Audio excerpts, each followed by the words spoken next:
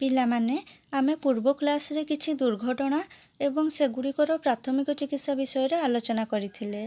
ଆଜି ଆମେ ଆଉ କେତେକ ଦୁର୍ଘଟଣା ଏବଂ ସେଗୁଡ଼ିକର ପ୍ରାଥମିକ ଚିକିତ୍ସା ବିଷୟରେ ଆଲୋଚନା କରିବା।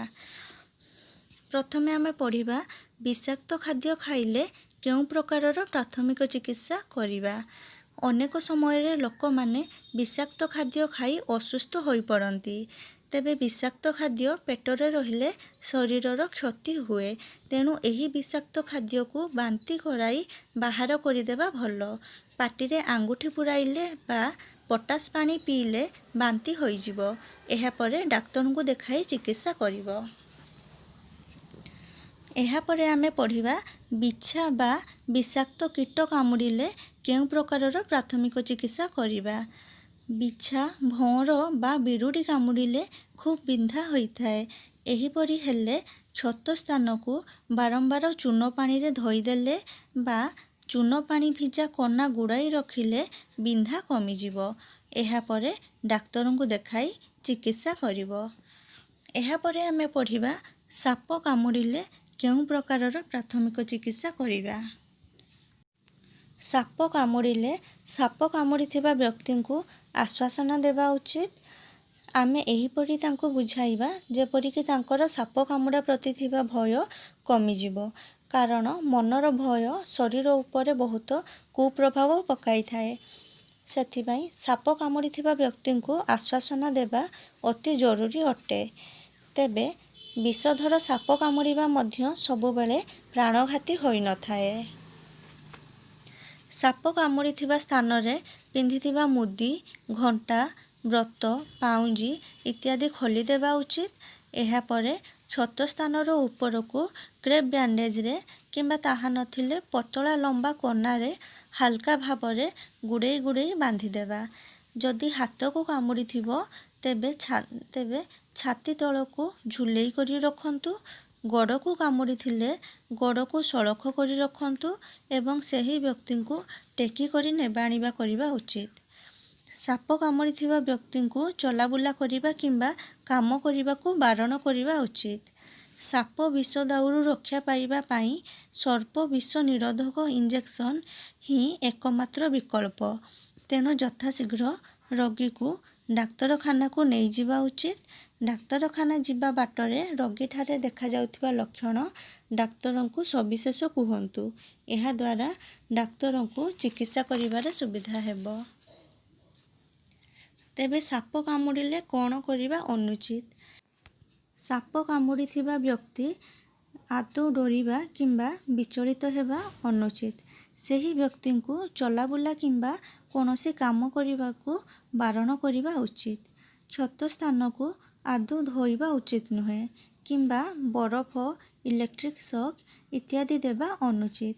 ସାପ କାମୁଡ଼ିଲେ ଗୁଣି ଗାରେଡ଼ି, ମନ୍ଦିରରେ ପାଣି ଢାଳିବା, ବିଷ ଝାଡ଼ିବା, ଜରା ମହୁରା, କଦ, ଚେରମୂଳି ଆଦି ଲଗାଇବାରେ ସମୟ ନଷ୍ଟ କରିବା ଅନୁଚିତ।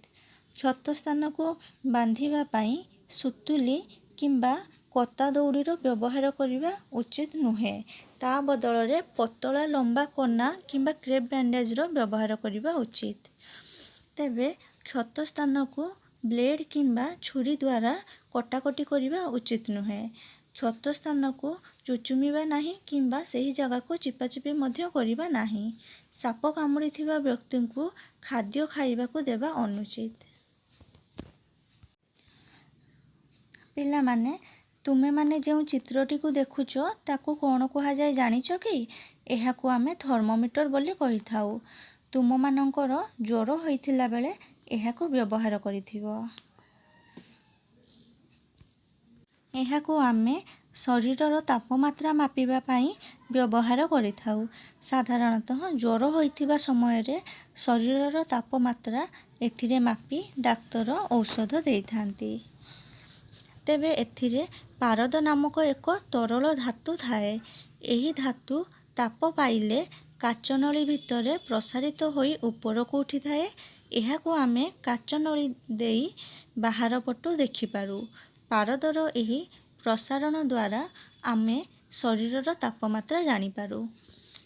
ତେବେ ତୁମେ ବ୍ୟବହାର କରୁଥିବା ସ୍କେଲର ଚିହ୍ନ ପରି ଏଥିରେ କେତେକ ଛୋଟ ଏବଂ ବଡ଼ ଦାଗ ଦିଆଯାଇଥାଏ।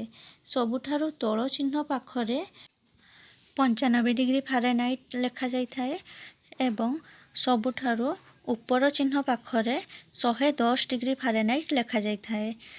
ଦୁଇ ଚିହ୍ନର ମଝି ଅଂଶକୁ 15 ଭାଗରେ ବିଭକ୍ତ କରି 96 degree Fahrenheit, 97 degree Fahrenheit, 98 degree Fahrenheit ଇତ୍ୟାଦି କ୍ରମାନ୍ୱୟରେ ଗୋଟିଏ ଗୋଟିଏ ବଡ଼ ଗାର ତଳେ ଲେଖାଯାଇଥାଏ। ପୁଣି ପ୍ରତି ଡିଗ୍ରୀକୁ 10 ଭାଗରେ ବିଭକ୍ତ କରି ଚିହ୍ନିତ କରାଯାଇଥାଏ। ଆମ ଶରୀରର ସାଧାରଣ ତାପମାତ୍ରା ହେଉଛି 98.4 ଡିଗ୍ରୀ ଫାରେନହାଇଟ୍। ଥର୍ମୋମିଟରରେ ଏହି ଡିଗ୍ରୀ ସୂଚାଉଥିବା ଦାଗଟିକୁ ନାଲି ରଙ୍ଗରେ ଚିହ୍ନିତ କରାଯାଇଥାଏ। ଆମ ଶରୀରର ତାପମାତ୍ରା ଜାଣିବା ପାଇଁ ଆମେ ଥର୍ମୋମିଟର ବ୍ୟବହାର କରିଥାଉ। ତେବେ ଶରୀରର ତାପମାତ୍ରା ଅଧିକ ହୋଇଗଲେ ରୋଗୀର ମୁଣ୍ଡ ଧୋଇ ଦିଆଯାଏ। ତା'ର କାରଣ କ'ଣ ଜାଣିଛ କି?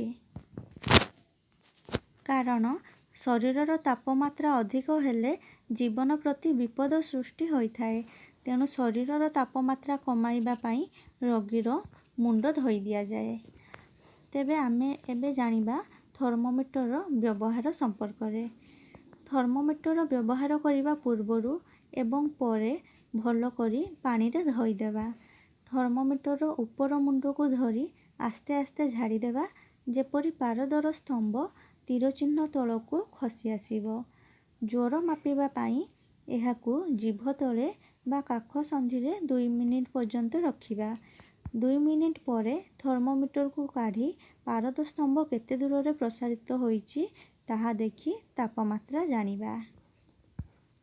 ତେବେ ଆମ ଶରୀରର ସାଧାରଣ ତାପମାତ୍ରା ହେଉଛି 98.4 ଡିଗ୍ରୀ ଫାରେନହାଇଟ୍। ଏଠାରେ ଏଫ୍ ଫାରେନହାଇଟ୍କୁ ସୂଚାଉଛି।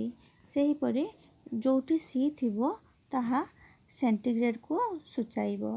ତେବେ ଆଜିକାଲି ଶରୀରର ତାପମାତ୍ରା ଜାଣିବା ପାଇଁ ଡିଜିଟାଲ ଥର୍ମୋମିଟରର ବ୍ୟବହାର ହେଲାଣି। ବର୍ତ୍ତମାନ ଆମେ ଜାଣିବା ତରଳ ଝାଡ଼ା ରୋଗରେ ଆକ୍ରାନ୍ତ ଶିଶୁ ପାଇଁ କେଉଁ ପ୍ରକାରର ପ୍ରାଥମିକ ଚିକିତ୍ସା କରିବା। ତୁମ ପରିବାରରେ ବା ପାଖ ପଡ଼ୋଶୀରେ ଶିଶୁମାନେ ତରଳ ଝାଡ଼ା ରୋଗରେ ଆକ୍ରାନ୍ତ ହେବାର ଦେଖିଥିବ। ତରଳ ଝାଡ଼ା ହେଲେ ଶିଶୁର ଶରୀରରୁ ଜଳୀୟ ଅଂଶର ପରିମାଣ କମିଯାଏ, ତେଣୁ ଶିଶୁଟି ଦୁର୍ବଳ ହୋଇଯାଏ। ଶିଶୁର ଶରୀରରେ ଜଳୀୟ ଅଂଶର ଅଭାବ ପୂରଣ କରିବା ପାଇଁ ଶୀଘ୍ର ବ୍ୟବସ୍ଥା କରାଯିବା ଆବଶ୍ୟକ। ତେବେ ପ୍ରଥମେ ପାଣିକୁ ଫୁଟାଇବା, ଏହାପରେ ପାଣିକୁ ଥଣ୍ଡା ହେବା ପାଇଁ ରଖିଦେବା। ଏହି ପାଣିରୁ 1 ଗ୍ଲାସ୍ ନେଇ ସେଥିରେ 1 ଚାମଚ ଚିନି ଓ ଚିମୁଟାଏ ଲୁଣ ପକାଇ ଥରକୁ ଥର ପିଇବାକୁ ଦେବା। ପଇଡ଼ ପାଣି, ଘୋଳ ଦହି ଓ ତୋରାଣି ମଧ୍ୟ ପିଇବାକୁ ଦେବା। ଦୋକାନରେ ମିଳୁଥିବା ORS ପ୍ୟାକେଟ୍ ଆଣି ପାଣିରେ ମିଶାଇ ପିଇବାକୁ ଦେବା। ଏହାପରେ ତୁରନ୍ତ ଡାକ୍ତରଙ୍କ ପରାମର୍ଶ ଅନୁଯାୟୀ ଔଷଧ ବ୍ୟବସ୍ଥା କରିବା ଆବଶ୍ୟକ।